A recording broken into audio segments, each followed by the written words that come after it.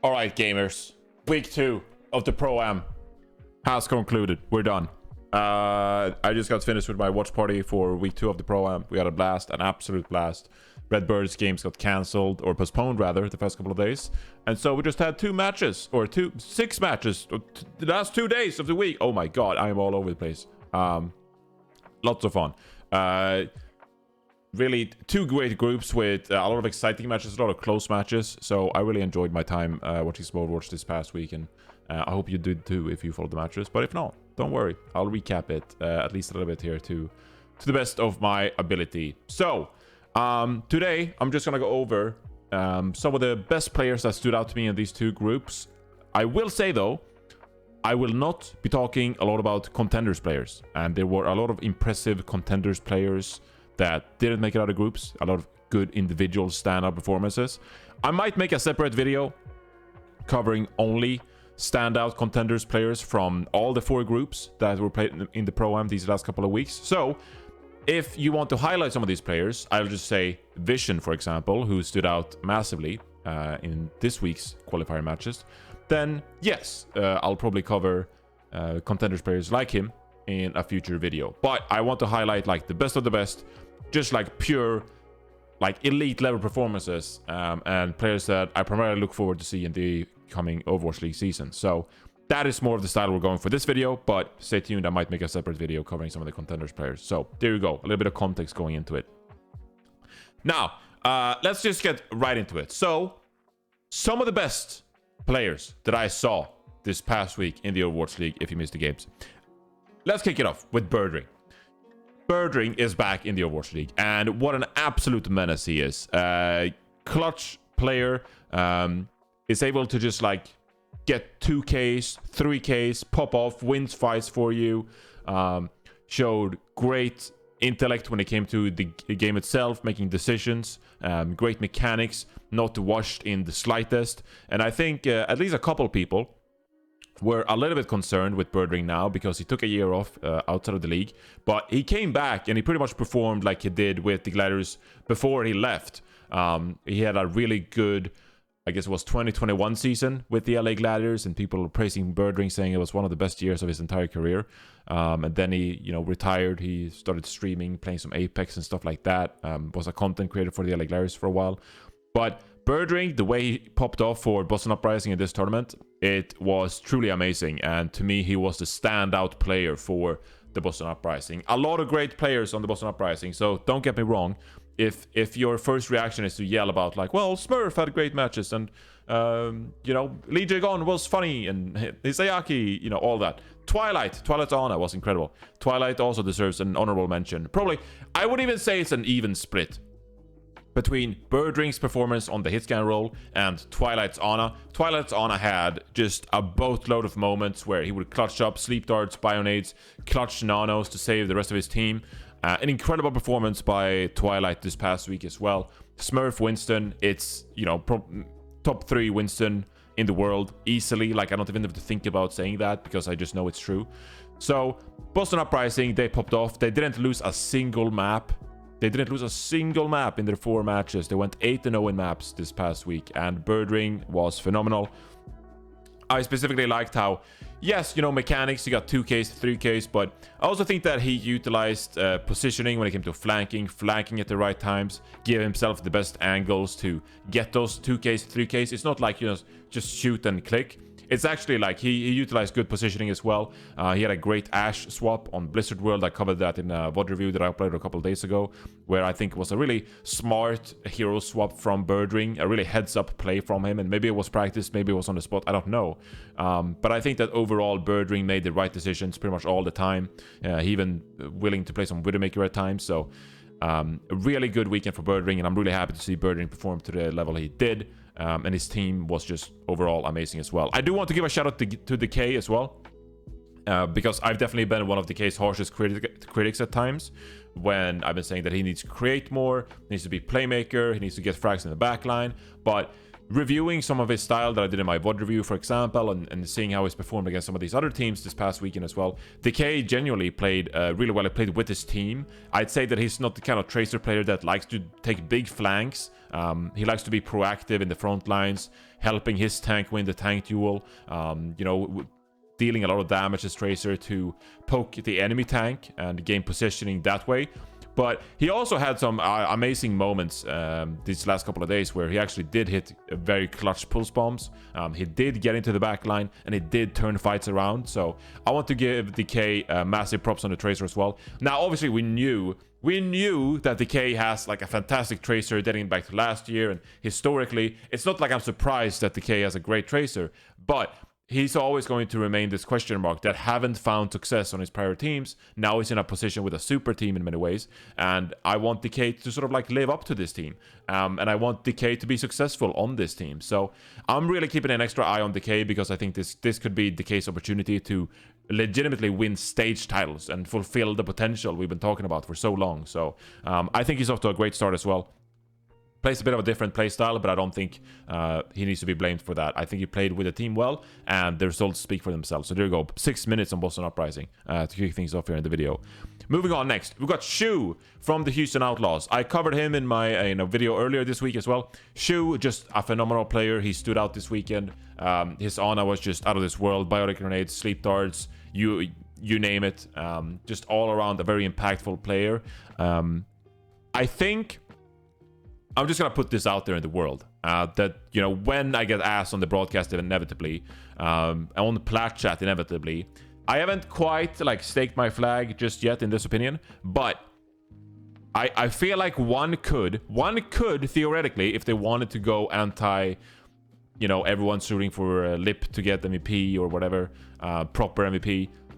There is sneaky Shu for MVP this year. Opportunity. So I just like to present that. If you want it to be out of the ordinary, this would be the year, in my opinion, to really start vouching and get yourself heard about Shu for MVP. So I'm not sure quite if I'm committing to that take yet, but I'm putting that out into the world because he looked that fantastic this past weekend. And he's going to be a huge impact player for the Houston Outlaws. So if there would be a year that Shu would win MVP, I could definitely see it being 2023. So I might commit to that, but I haven't decided quite just yet. That just speaks to how good he was this past week. Now, I've talked about him enough already. Moving on. The Washington Justice, they didn't make it out of Group C, but I need to give like a collective shout out to a lot of players on the Washington Justice. I had questions surrounding them. I wanted to see it first. I made it clear on Plat Chat. I want to see what this Washington Justice team does first before I start praising them, before I start being, all up in arms about their roster. They came out and they surprised me positively. I think they looked really good this past week. There were so many players who stepped up to the plate. AlphaYi, the meme this past weekend was that I said that AlphaYi was overrated. The context of that clip, by the way, was that in that current circumstance, in the environment, what I said was that I don't know if AlphaYi, I don't think AlphaYi is a top 5 flex damage player in the league. So that was the argument. That's where the AlphaYi overrated thing came from, if you were curious about the context. So there you go. But he played really, really good this past weekend. He did. He was a huge impact player for the Washington Justice, especially the opposite of Decay in many ways. Like I talked about Decay, helping out in the tank duel, dealing a lot of damage as Tracer.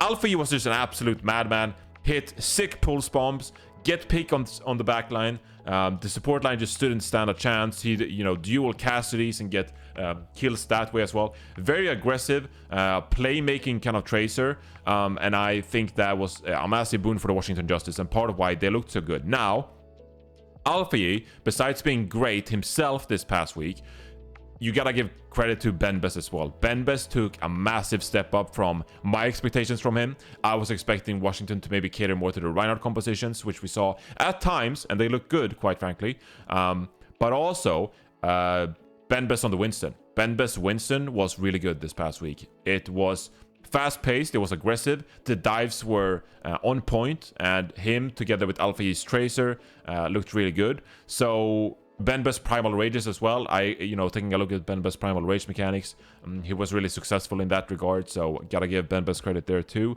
In general, I think that BenBest played like a very high tempo Winston, and what I mean by that is he's pushing the tempo with his proactiveness, and he's always up to something. He's making it difficult for the opponent. He's not one of those Winstons that takes his time, sits back, wait for cooldowns, wait for leap, wait for the next kind of like position to jump to. I legitimately think when some of these fights kicked off, with FD God on the Lucio and stuff like that, and AlphaYi's wreaking havoc on the Tracer, there's a special kind of skill on Winston when you're able to first dive in and initiate the engage, and it's a good engage, you navigate well with around your bubble, but then also following up on that, where do I go next? What's my kind of like second priori kind of decision here in this team fight, and how do I stay proactive? Is this the time to Primal Rage? Can we turn this fight around? Who do I need to kill next? All of these decisions, I think that overall BenBest did really well on the Winston, and I think he had really good decisions, and he pushed the tempo, which is legitimately hard to do without limit testing and overextending and stuff like that. So impressed by BenBest in that regard. Going back to the AlphaYi point as well, he played some Farah this past week, and it was not the best opponent because I did think he played Farah versus Wisp, but curious anyway, AlphaYi's May looked pretty good, so there you go. AlphaYi played more than Tracer, just so you know that. Moving on next, besides from the Washington Justice, Kevster from the LA Gliders. We knew this already, but Kevster, one of the best Tracers to play this entire week, if not the best Tracer. Similarly to AlphaYi, Kevster, playmaker, can get kills in the backline. One of the criticisms for Kevster last year was that his pulse bombs were not great, and actually if you looked at the pulse bomb statistics last year, he didn't have the same kind of like pulse bomb kill ratio per 10 minutes, if I remember correctly. And sometimes you watch his POV and you'd be like, wow, he kind of, whiffed some of these pulse bombs. But I feel like Kevster is improving on his pulse bomb attach rate, and that is helping out his overall dives. So he can land these pulse bombs and dive aggressively and be a playmaker in that regard. But I also think he played very smartly around their compositions. There would be times where the LA Gliders, they would play a Ramatra composition, for example, and they wouldn't be so concerned about just diving the backline all the time.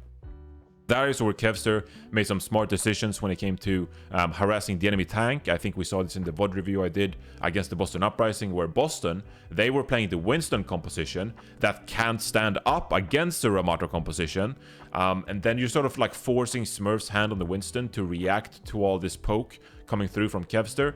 So Kevster, he is such a great Tracer because 1, he can dive the enemy backline and find picks.